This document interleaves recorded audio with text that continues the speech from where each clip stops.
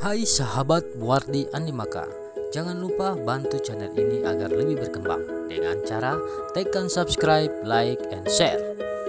Oke, kita langsung saja kepada sejarah Poso, asal-usul Kabupaten Poso.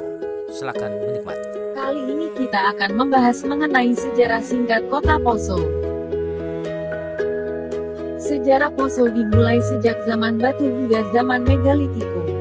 Wilayah ini telah mengalami berbagai peristiwa penting pada awal abad ke-20, sebelum bergabung ke dalam wilayah Indonesia, sebagai salah satu daerah administratif, Kabupaten Poso. Sejak zaman batu hingga zaman megalitikum, pada saat itu, masyarakat adat Pekurehua di Watutau telah hidup dan menetap secara turun-temurun di wilayah Watutau. Hal tersebut ditandai dengan adanya bukti peninggalan purba, di antaranya guci yang terbuat dari tanah yang dijadikan peti mati yang dalam bahasa Bada disebut dengan kori bengki.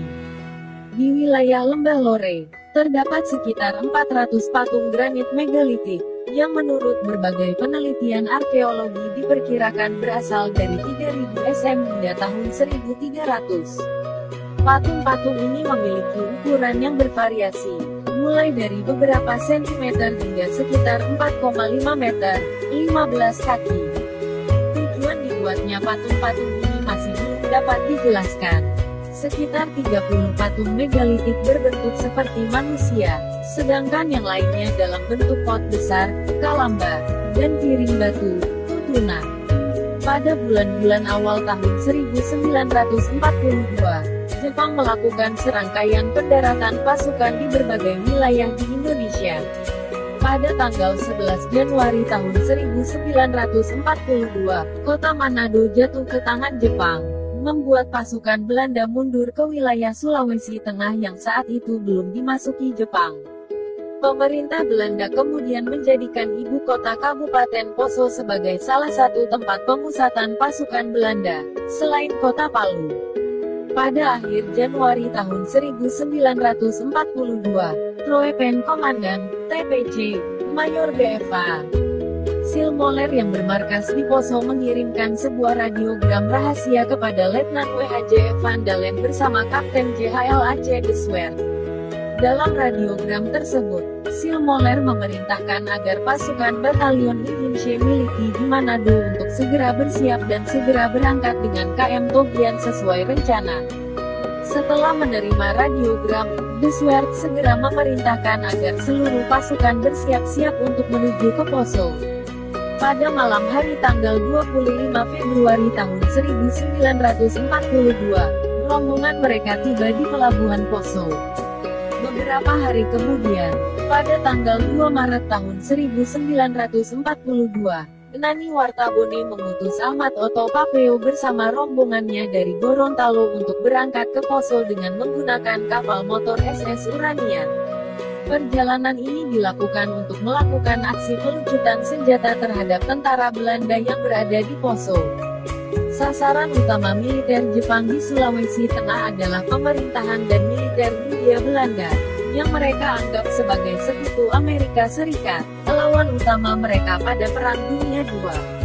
Pasukan Belanda yang bertahan di ibu kota Poso mencapai sekitar 60 orang, yang dipimpin oleh Van Dalen dan asisten Residen Afdeling Poso L.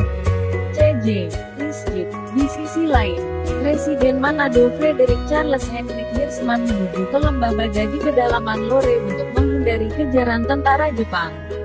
Letak Bada yang berada di pedalaman, kondisi jalan penghubung yang rusak dan sulit dijangkau pada saat itu membuat pelarian Hirschman sukses. Kesuksesan Jepang mengambil alih kota Donggala, membuat pengendali kekuatan pasukan militer Belanda dialihkan kepada Van Dalen yang berada di Poso. Untuk merebut Palu dan Poso, Jepang melancarkan serangan dua arah. Rencana yang terbukti efektif karena kedua kota ini kemudian jatuh ke tangan Jepang secara langsung. Van Dalen dan sisa pasukan mundur dari Poso dan menuju ke kota Kolonodal untuk bergabung dengan Letnan J.A. de Jong yang memang ditempatkan di sana.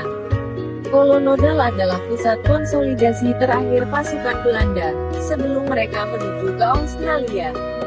Pelarian mereka membuat Kolonodal menjadi sasaran pesawat pengebom Angkatan Laut Kekaisaran Jepang.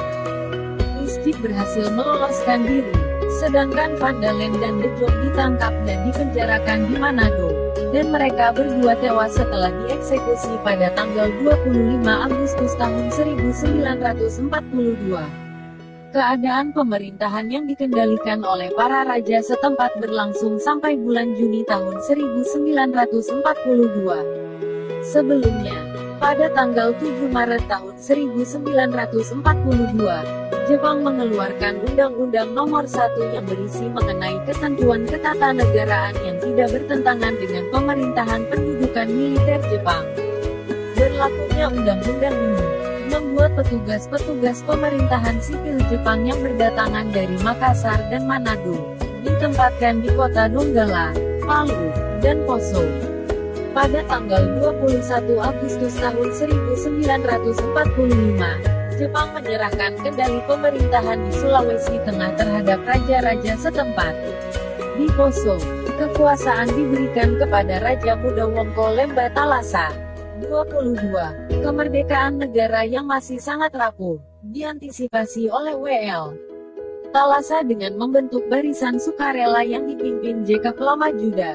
Baru sekitar 2 bulan mengendalikan pemerintahan, pasukan sekutu dengan menumpang kapal perang Australia tiba di Pelabuhan Poso pada tanggal 1 November tahun 1945. Kapal ini membawa mantan asisten residen Poso Rizky dengan dikawal satu regu pasukan Netherlands Indian Civil Administration (NICA).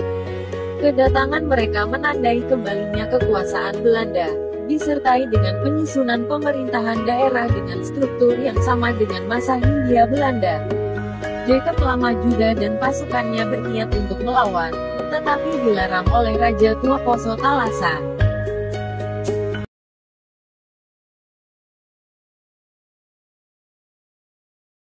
Bagaimana? Apakah kalian sudah mengetahui seputar asal-usul sejarah singkat kota Poso?